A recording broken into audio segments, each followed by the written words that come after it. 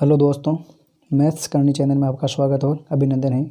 आज हम जीव में शोषण किस प्रकार से होता है उसके बारे में अध्ययन करेंगे और पादपों में शोषण किस प्रकार से होता है उसके वीडियो का लिंक इस वीडियो के डिस्क्रिप्शन में दिया हुआ है, ठीक है। और यदि आपको ये कंटेंट अच्छा लगता है तो आप इस चैनल को प्लीज़ सब्सक्राइब कर लीजिए। सभी जीव सूक्ष्म इकाइयों के बने होते हैं जिन्हें कोशिकाएं कहते हैं, यानी कि छोटी छोटी सूक्ष्म इकाइयों से जीव बने होते हैं जिन्हें क्या कहते हैं, कोशिकाएं कहते हैं। कोशिका जीव की सबसे छोटी और संरचनात्मक इकाई है, यानी कि क्योंकि सभी जीव एक कोशिकाओं के बने होते हैं, ठीक है। और कोशिका जीव की सबसे छोटी और संरचनात्मक व क्रियात्मक इकाई है।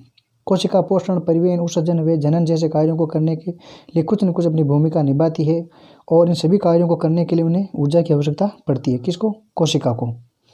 भोजन में संचित ऊर्जा श्वसन के समय निमुक्त होती है, यानी कि जब हम भोजन करते हैं तो भोजन में जो ऊर्जा होती है हम श्वसन करते हैं तो ऊर्जा बाहर निकलती है। अतः सभी जीवों को भोजन से ऊर्जा प्राप्त करने के लिए श्वसन की आवश्यकता होती है। श्वसन प्रक्रम के में अंदर ली गई श्वास में ऑक्सीजन की मात्रा बाहर निकली गई CO2 की मात्रा से कम होती है, यानी कि जब हम श्वास लेते हैं तो ऑक्सीजन अंदर लेते हैं और CO2 बाहर निकालते हैं। तो जब हम CO2 को बाहर निकालते हैं तो CO2 मतलब ज़्यादा मात्रा बाहर निकलती है और ऑक्सीजन थोड़ी कम मात्रा बाहर निकलती है। यानी कि जब हम अंदर लेते हैं तो ऑक्सीजन को कम मात्रा में लेते हैं और CO2 को अधिक मात्रा में बाहर छोड़ते हैं। यानी कि इसका सीधा सीधा मतलब ये हुआ कि जब हम श्वसन की क्रिया करते हैं तो हम जब ऑक्सीजन ग्रहण करते हैं ना तो ऑक्सीजन की मात्रा होती है कम बाहर निकालते समय और CO2 की मात्रा बाहर निकालते समय ज़्यादा होती है। श्वास द्वारा अंदर ली गई ऑक्सीजन शरीर के सभी भागों में और प्रत्येक कोशिका में जाती है। श्वास द्वारा अंदर ली गई ऑक्सीजन है ना वो शरीर के सभी भागों और प्रत्येक कोशिका तक पहुँचती है। कोशिकाओं में ये ऑक्सीजन भोजन के विघटन में सहायता करती है, यानी ये ऑक्सीजन है वो मतलब भोजन के विघटन में सहायता करती है जिससे शरीर को ऊर्जा मिलती है और इसे कोशिकीय श्वसन कहते हैं। भोजन करते हैं तो जो भोजन में ऑक्सीजन सांस जाती है वो ऑक्सीजन है वो भोजन को विभिन्न खंडों में तोड़ती है और जिससे ऊर्जा निकलती है उसे हम कहते हैं कोशिकीय श्वसन। सभी जीवों की कोशिकाओं में कोशिकीय श्वसन होता है। इस प्रकार से श्वसन दो प्रकार से होता है, एक होता है वायवीय श्वसन और एक होता है अवायवीय श्वसन।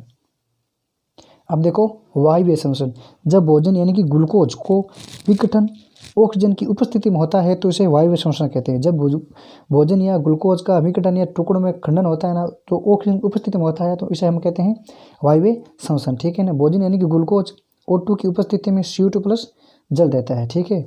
यानी कि ये है इसकी अभिक्रिया कि भाई ग्लूकोज है वो ऑक्सीजन की उपस्थिति में CO2 प्लस जल और ऊर्जा में विघटन होता है, तोड़ता है, तो इस हमें कहते हैं वायवीय श्वसन। और इसके ये अभिक्रिया का रासायनिक समीकरण यानी कि C6H12O6 और O2 की उपस्थिति में CO2 बनती है, H2O जल बनता है और उसमें ऊर्जा निर्मुक्त होती है, ऊर्जा निकलती है। यानी कि आपको ये याद रखना है इसके अंदर वायवीय श्वसन है वो ऑक्सीजन की उपस्थिति में ही होता है। अवायवीय श्वसन यानी कि ऑक्सीजन की अनुपस्थिति में, ठीक है। तो जब भोजन का विघटन ऑक्सीजन की अनुपस्थिति में होता है तो अवायवीय श्वसन कहलाता है। एन होता है ऑक्सीजन और ए होता है अनुपस्थिति। यीस्ट जैसे जीव अवायवीय श्वसन द्वारा ऊर्जा प्राप्त करते हैं, इन्हें अवायवीय जीव कहते हैं। यानी कि यीस्ट एक प्रकार ऐसा जीव है जो कि अवायवीय श्वसन करता है और ये अवायवीय जीव कहलाता है। भोजन यानी ग्लूकोज O2 की अनुपस्थिति में एल्कोहल प्लस CO2 में विघटित होता है या टूट जाता है, ठीक है। यानी कि यह अभिक्रिया देखो, ग्लूकोज यानी कि भोजन ऑक्सीजन की अनुपस्थिति में एल्कोहल बनाता है प्लस CO2 बनाता है और ऊर्जा निर्मुक्त करता है ना, तो यह कहलाता है अवायवीय श्वसन। हमारी पेशी कोशिकाएं कुछ समय के लिए अवायवीय श्वसन करती है। हमारी शरीर की पेशी कोशिकाएं ना वो कुछ समय के लिए तो अवायवीय श्वसन करती है और यह प्रक्रिया तब होती है जब ऑक्सीजन की अस्थायी रूप से कमी हो जाती है। यानी कि यह प्रक्रिया कब होती है? जब ऑक्सीजन की अस्थायी रूप से कमी हो जाती है, यानी कि जब पेशी कोशिकाएं ऑक्सीजन अवायवीय श्वसन करती है, ठीक है। बहुत देर तक व्यायाम करने, तेजी से दौड़ने, टहलने, साइकिल चलाने, भारी वजन उठाने जैसे कार्य करने के लिए अधिक ऊर्जा की आवश्यकता पड़ती है। यानी कि ये सभी कार्य करने के लिए हमें अधिक ऊर्जा की आवश्यकता पड़ती है, लेकिन ऊर्जा उत्पन्न करने के लिए हमारे शरीर को ऑक्सीजन की आपूर्ति सीमित होती है क्योंकि ये पेशी कोशिकाएं वो अवायवीय श्वसन क्रिया करती है।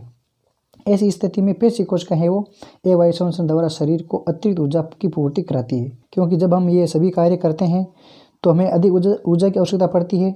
इस ऊर्जा की पूर्ति करने के लिए पेशी कोशिकाएं है वो मतलब अवायवीय श्वसन द्वारा शरीर को ऊर्जा पूर्ति कराती है। इसका समीकरण यानी कि ग्लूकोज है वो ऑक्सीजन के अभाव में पेशी कोशिका में, ठीक है, लैक्टिक अम्ल प्लस ऊर्जा बनाते हैं। ऑक्सीजन की अभाव में ग्लूकोज का विघटन होता है ना तब ये लैक्टिक अम्ल में टूटता है और साथ में ऊर्जा भी निकलती है। कि जब ग्लूकोज है वो ऑक्सीजन की उपस्थिति में टूटता है तो CO2 प्लस जल प्लस ऊर्जा बनती है, और ऑक्सीजन की अनुपस्थिति में टूटता है तो एल्कोहल प्लस CO2 प्लस ऊर्जा निकलती है, और ऑक्सीजन के अभाव में केवल लैक्टिक अम्ल और ऊर्जा निर्मुक्त होती है। बहुत अधिक व्यायाम या काम करने से हमारी पेशियों में ऐंठन या दर्द महसूस होता है। ऐसा क्यों होता है? क्योंकि जब पेशियाँ अवायवीय रूप से श्वसन करती है तो इस प्रक्रिया में ग्लूकोज के आंशिक विघटन से लैक्टिक अम्ल और CO2 बनते हैं, और ये लैक्टिक अम्ल पेशियों में ऐंठन उत्पन्न कर देता है क्योंकि रक्त का संचरण घट जाता है। और यदि जब हमें ऐंठन या दर्द महसूस होता है ना, तो इससे हम राहत कैसे पा सकते हैं, यानी इससे हमें आराम कैसे मिलेगा? तो गर्म पानी से स्नान करने अथवा मालिश करने से हमें ऐंठन से आराम मिलता है, क्योंकि स्नान या मालिश से रक्त का संचरण क्या होता है, बढ़ जाता है, जिससे पेशी कोशिकाओं में ऑक्सीजन की आपूर्ति क्या हो जाती है, बढ़ जाती है।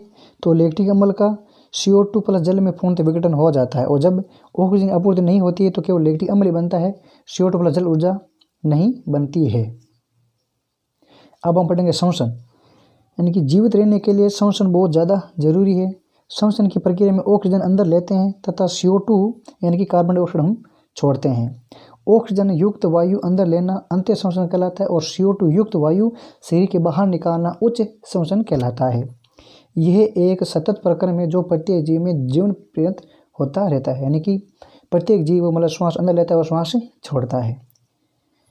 1 मिनट में श्वसन की दर श्वसन दर कहलाती है, यानी कि जब हम 1 मिनट में जितना श्वास लेते हैं ना, वो कहलाती है श्वसन की दर। अंत्य श्वसन यानी कि श्वसन को अंदर लेना, और उच्च श्वसन है वो शरीर से बाहर छोड़ना। अंत्य श्वसन और उच्च श्वसन दोनों साथ साथ होते रहते हैं, अर्थात एक श्वास या सांस का अर्थ है एक अंत्य श्वसन और एक उच्च श्वसन, यानी कि जब एक सांस लेते हैं तो हम एक तो करते हैं अंत्य श्वसन और एक करते हैं हम उच्च श्वसन, यह होता है अंत्य श्वसन का अर्थ। और श्वसन दर शरीर की आवश्यकता अनुसार परिवर्तित होती रहती है। जैसे जब किसी को अतिरिक्त ऊर्जा की आवश्यकता होती है तो वे तेजी से श्वसन करता है, जिससे हमारी कोशिकाओं को अधिक ऊर्जा की आपूर्ति होती है। ये भोजन के विघटन की दर बढ़ा देती है, जिससे भोजन अधिक मात्रा में या जल्दी विघटन होता है, या जल्दी उसका पाचन होता है, और जिससे अधिक ऊर्जा निर्मुक्त होती है, और जिससे हमारे शरीर को अधिक ऊर्जा मिलती है।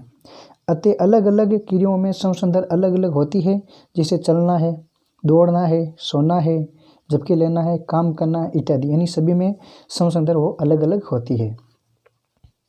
वयस्क व्यक्ति यानी कि जब वृद्ध व्यक्ति विश्राम अवस्था में औसतन 15 से 18 बार श्वास लेता है, ठीक है। यानी कि जब वयस्क व्यक्ति है वो विश्राम अवस्था में आराम करता है, तब उस अवस्था में 15 से 18 बार श्वास लेता है। और व्यायाम में श्वसन दर 25 बार प्रति मिनट बढ़ जाती है। हम सामान्यतः कितनी बार सांस लेते हैं, उससे भी 25 बार प्रति मिनट बढ़ जाती है जब हम व्यायाम करते हैं, ठीक है। और जब हम व्यायाम करते हैं तो हम न केवल तेजी से सांस लेते हैं, बल्कि हम गहरी सांस लेते हैं और अधिक ऑक्सीजन ग्रहण करते हैं। मानव श्वसन किस प्रकार से करते हैं? मानव श्वसन तंत्र के अंग, यानी कि मानव श्वसन किस प्रकार से करते हैं और मानव के श्वसन तंत्र के अंग कौन कौन से होते हैं? नासागवा हुआ नाक से श्वास लेता है, मुख से श्वास लेता है, ग्रीष्णी से श्वास नली, फेफड़ा, पसलियाँ और डायफ्राम, यानी कि ये मानव के श्वसन तंत्र के ये अंग है। और इन सभी श्वसनों को आप क्रम के अनुसार याद रखना बहुत ज़्यादा जरूरी है।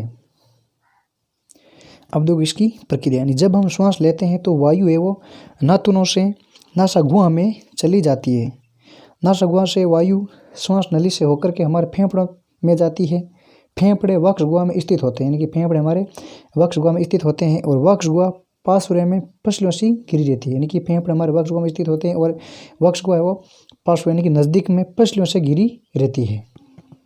एक बड़ी पेशीय परत जो डायफ्राम मध्यपट कहलाती है वक्षगुहा को आधार प्रदान करती है, यानी कि हमारे वक्षगुहा है ना वे उसमें फेफड़े स्थित होते हैं और वक्षगुहा को आधार प्रदान करता है डायफ्राम। श्वसन में डायफ्राम और पसलियों से बने पिंजर की गति सम्मिलित होती है, ठीक है। श्वसन में डायफ्राम और पसलियों से बने पिंजर की गति होती है, उसमें सम्मिलित हो। अंत्य श्वसन के समय पसलियाँ ऊपर और बाहर की ओर गति करती है। जब हम श्वास अंदर लेते हैं तो पसलियाँ ऊपर उड़ती है और बाहर की ओर गति करती है, और डायफ्राम है वो नीचे की ओर गति करता है, जिससे वक्षगुहा यानी कि छीना है ना उसका आयतन बढ़ जाता है और वायु फेफड़ों के अंदर चली जाती है। और जब हम उच्च श्वसन करते हैं, जब श्वास बाहर छोड़ते हैं तो पसलियाँ नीचे और अंदर की ओर गति करती है, यानी कि हम अंत श्वसन में पसलियाँ वो ऊपर और बाहर की ओर गति करती है, जबकि उच्च श्वसन में पसलियाँ वो नीचे और अंदर की ओर गति करती है। और डायफ्राम ऊपर की ओर अपनी पूर्व स्थिति में आ जाता है, जिससे वक्ष गुहा का आयतन कम हो जाता है और वायु फेफड़ों से बाहर निकल जाती है। यानी कि ये है मानव श्वसन का चित्र। यानी कि ये है यहाँ पर नासा गुहा, यहाँ पर ये मुख, यहाँ पर ये फेफड़े और ये डायफ्राम। इधर ये फेफड़े होते हैं और ये फसलियाँ का डायग्राम है, और यहाँ पर ये आएगी श्वास नली, यहाँ पर ये है ग्रसनी। यानी कि आपको ये चित्र इतना ही देखना है, और ये बाहर तो अपने शरीर का चित्र है। श्वसन के समय वायु में उपस्थित अनेक प्रकार के कण, जैसे कि धूम्र है, धूल है और परागण होते हैं, वायु में अनेक प्रकार के कण होते हैं। अतः श्वसन के समय नासा गुहा में उपस्थित रोमों में फंस जाते हैं। जब हम श्वास लेते हैं तो ये सभी कण वहाँ के रोमों में फंस जाते हैं। जब ये कण नासा गुहा के पार चले जाते हैं तो नासा गुहा की कोमल परतों को उत्तेजित करते हैं, जिससे परिणाम स्वरूप हमें छींक आती है। जब ये कण हमारे शरीर के अंदर चले जाते हैं तो हमें छींक आती है। छींकने से अवांछित कण है वो वायु के साथ बाहर निकल जाते हैं। इस प्रकार केवल स्वच्छ वायु शरीर में प्रवेश करती है। यानी कि ये देखो अंत श्वसन और उच्च श्वसन के डायग्राम है। ये तो हम शरीर में श्वास अंदर लेते हैं तो ये प्रक्रिया डायफ्राम नीचे की ओर गति करता है और पसलियाँ हैं वो बाहर की ओर गति करती है, और जब हमारे वायु अंदर शरीर के प्रवेश करती है, और जब हम वायु को शरीर के बाहर निकालते हैं तो हमारा डायफ्राम पूर्व स्थिति में आ जाता है और पसलियाँ वो अपने अंदर की ओर गति करती है और वायु शरीर के बाहर निकल जाती है।